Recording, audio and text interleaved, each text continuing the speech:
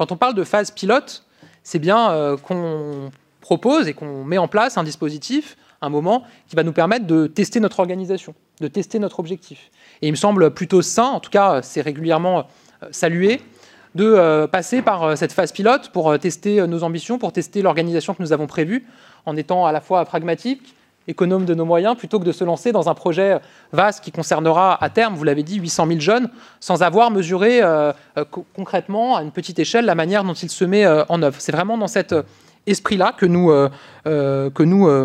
nous démarrons cette phase pilote.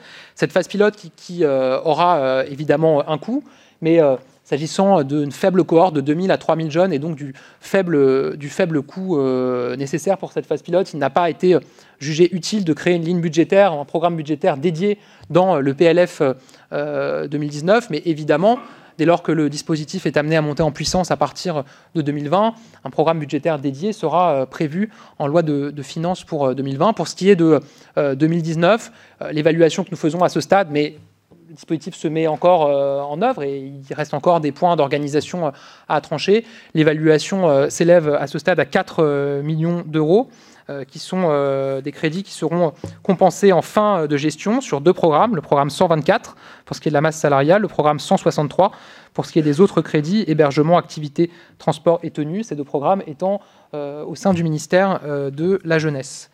Je poursuis donc pour ce qui est de cette phase pilote. Quand on dit phase pilote, on parle évidemment d'une évaluation, c'est l'objectif. Au terme de cette phase de cohésion, un premier bilan sera effectué tant sur le niveau d'encadrement, partons avec un niveau d'encadrement très élevé, un encadrant pour 5 jeunes.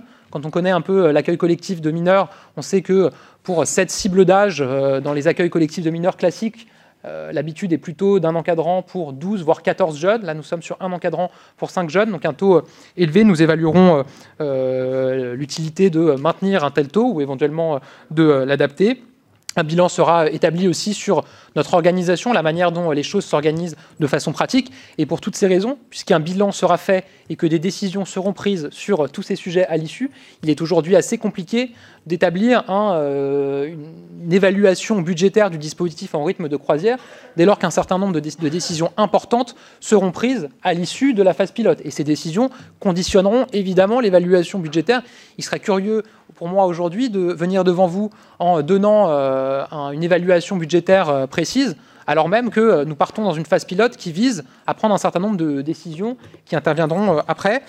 En tout état de cause, au vu des projections que nous pouvons faire par rapport à la phase pilote d'aujourd'hui, nous serons bien en deçà des 1,5 milliard et donc très loin de certaines évaluations qui avaient été faites. Vous avez cité des évaluations qui allaient jusqu'à 3 milliards.